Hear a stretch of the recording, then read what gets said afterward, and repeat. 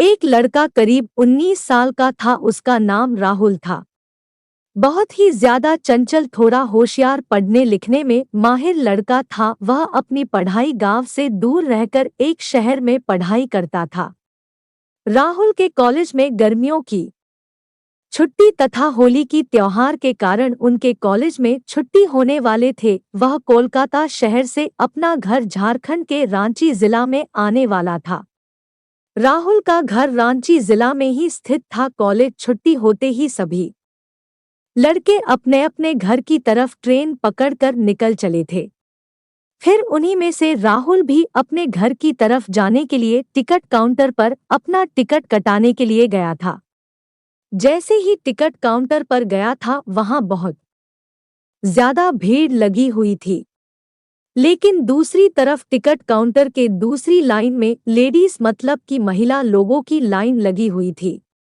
Train बहुत जल्द ही आने वाली थी, जिसका हमसे राहुल को भी जल्दी में टिकट कटाने की जरूरत थी। वह जब टिकट काउंटर पर गया तो देखा कि बहुत ज्यादा भीड़ होने के कारण वह बहुत पीछे लाइन में लग गया था। राहुल को लग रहा था कि अब टिकट मिलना मुश्किल ही नहीं, नामुमकिन है, क्योंकि ट्रेन आने में मात्र 10 मिनट ही बाकी थे और करीब 100 लोगों की लंबी लाइन लगी हुई थी टिकट काउंटर में। वह जल्दीबाजी में टिकट कटाने के लिए कोई तरकीब सोच ही रहा था कि उसे एक लड़की दिखाई दिया। वह लड़की भी ना टिकट लेने के लिए महिला वाली टिकट काउंटर वाली लाइन में लगी हुई थी। वह लड़की भी रांची जाने वाली थी और उनके पास पेन नहीं था टिकट फॉर्म भरने के लिए। ऐसे में राहुल के ऊपरी पॉकेट में कलम देखकर वह लड़की कहती है कि कृपया मुझे थोड़ा सा कलम दीजिएगा, मुझे भी फॉर्म भरना है टिकट खरीदने के लिए। उसके बाद राहुल कहता है, मैं लिखने के लिए कलम तो दूंगा, लेकिन कृपया करके मेरे भी टिकट ले लीजिए। आप भी उसी स्टेशन तक जाइएगा जिस स्टेशन से मुझे घर जाना है। तभी वह लड़की पूछती है कि आपको कौन सा स्टेशन पर जाना है।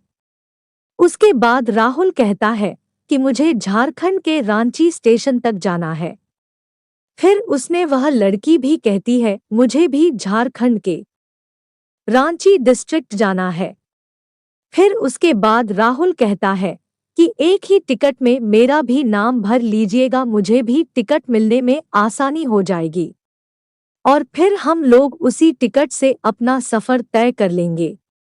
लड़की राहुल का बात मान जाती है। वह कहती है कि ठीक है, मैं आपका टिकट अपनी टिकट में मिलाकर ले लूंगी। फिर राहुल अपने पॉकेट से पैसे निकलता है और उस लड़की को देता है ताकि वह टिकट के बदले पैसे ले ले। हम दोनों आदमी टिकट लेकर दौड़े दौड़े ट्रेन के पास आते हैं। जैसे ही ट्रेन में दोनों आदमी चढ़ते हैं, ट्रेन 1 मिनट में अपना इंजन चालू करके चल पड़ती है। हम स्वयं और वह लड़की दोनों चैन की सांस लेते हैं और दोनों आमने सामने वाली सीट में बैठकर बातें करने लगते हैं। हावड़ा स्टेशन से रांची स्टेशन जाने के लिए करीब करीब 8 से 9 घंटे लगते हैं और वह भी यह सफर रात का सफर होता है। वहीं वहां से ट्रेन रात में ही चलती है। ऐसे में दोनों को बातचीत करने के लिए मौका मिल जाता है। दोनों अपनी अपनी सीट पर बैठकर दोनों एक दूसरे से बातचीत करना शुरू कर देते हैं। गाड़ी चलते ही थोड़ी देर होने के बाद वह लड़की कहती है कि मुझे खाना खाना है, मुझे भूख लगी है। तभी राहुल कहता है, जी ठीक है, आप खा लीजिए, मैं बाद में खा लूंगा, मुझे अभी भूख नहीं लगी है। इतना सुनते ही वह लड़की भी कहती है कि जब आप खाइएगा तो ही मैं खाऊंगी।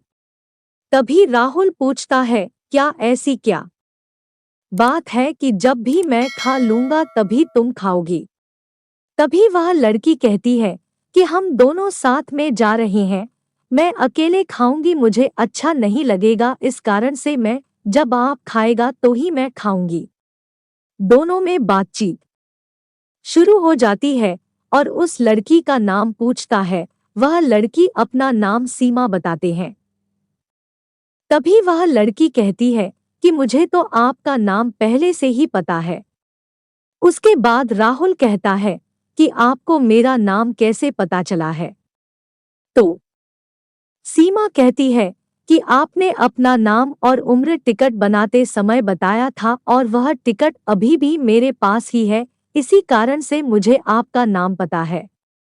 तभी राहुल कहते हैं कि मुझे तो यह पता भी नहीं है आपको मेरा नाम भी पता होगा। मुझे तो याद भी नहीं है कि मैं अपना नाम आपको कभी बताया भी होगा। तभी वह लड़की कहती है कि आपने तो बताया था मुझे, तभी तो जानती हूँ। रात बहुत ज्यादा हो जाता है, दोनों अपनी अपनी सीट पर सो जाते हैं। सुबह के 3 बजे नींद टूटती है दोनों का। उसके बाद दोनों अपना अपना पानी की बोतल से पानी पीता है और अपना सामान चेक करके फिर से एक दूसरे से बातचीत करना शुरू कर देते हैं। ऐसी बात करते करते सुबह के 6 बज जाते हैं। दोनों के ट्रेन अपना गंतव्य स्टेशन पर पहुंचने वाली होती है। दोनों सोचते हैं कि आप तो हमें एक दूसरे से अलग हो जाना है। राहुल वह लड़की को बहुत पसंद आती है, मतलब राहुल को सीमा बहुत पसंद आती है और सीमा को भी राहुल बहुत पसंद आता है।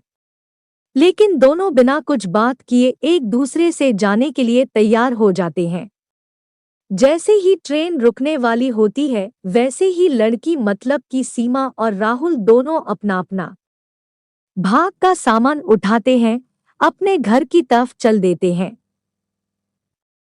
जैसे ही राहुल और सीमा दोनों अपना अपना घर पहुंचता है, उसके कुछ देर बाद राहुल के मोबाइल पर एक कॉल आता है। राहुल अपना मोबाइल से कॉल रिसीव करता है और कहता है कि आप कौन बोल रहे हैं? कभी उधर से आवाज आती है कि मैं सीमा बोल रही हूँ।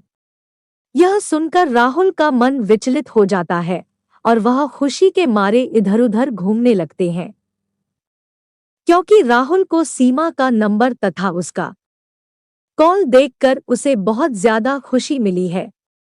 तभी सीमा मोबाइल पर कहती है कि आपने अपना घर पहुंच लिया है। तभी राहुल करता है कि हाँ, मैं 1 घंटा पहले ही अपना घर पहुंच चुका हूँ। उसके बाद राहुल सीमा से पूछता है कि आपने अपना घर पर पहुंच गई है।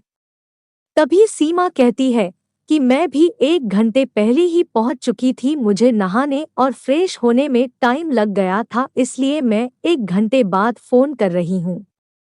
अब दोनों में खूब अच्छी तरह से बातचीत होने लगी है।